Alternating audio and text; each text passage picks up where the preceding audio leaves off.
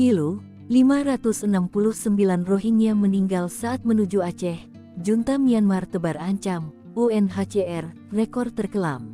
Pilu, nasib ibu dan anak-anak Rohingya makin menyedihkan setelah UNHCR melaporkan rekor terburuk perjalanan mereka di tahun 2023 demi mencari suaka. UNHCR mencatat, setelah mendapatkan serangan dan intimidasi dari junta militer Myanmar, total ratusan Rohingya terutama ibu dan anak meninggal dan hilang dalam perjalanan melintas Lautan Andaman dan Teluk Bengal. Teror dimulai saat mereka meninggalkan Myanmar ke Bangladesh pada 2014, namun situasi di Cox's Bazar, kamp pengungsian di Bangladesh juga tidak aman. Mereka justru mendapatkan intimidasi berat dari geng Bangladesh tahun 2017.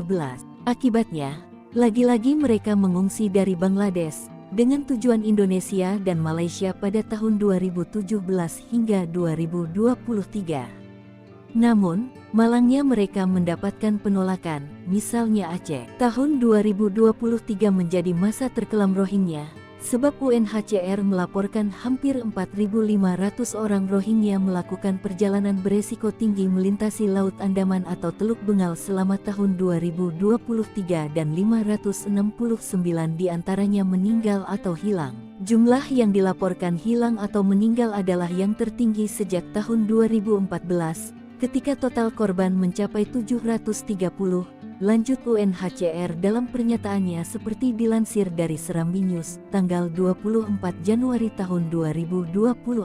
Sementara itu, mereka tak mungkin kembali ke Myanmar mengingat situasi politik di kawasan Rakhine tempat mereka bernaung terjadi peperangan. Dalam beberapa pekan terakhir, pertempuran antara junta militer Myanmar dan kelompok etnis bersenjata tentara Arakan telah mengguncang sebagian besar negara bagian Rakhine. Pertempuran itu telah menyebabkan puluhan ribu orang mengungsi.